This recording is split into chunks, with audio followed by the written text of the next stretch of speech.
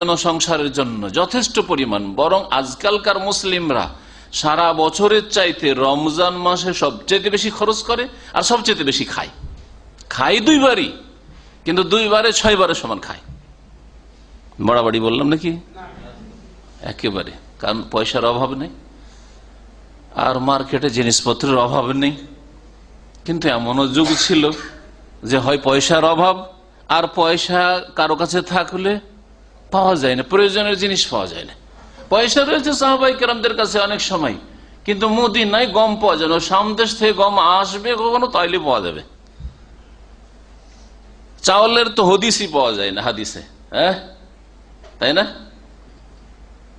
এইরকম দুনিয়ার আজকে যে বহু রকমের খাদ্যগুলোর কোনো খোঁজ খবর পাওয়া যায় না। ওই খেজুর আর জব মাঝে মধ্যে, আর দুধ, বকরি ছাগল আর উটের দুধ আর গোশত, আর কি পাওয়া যায়?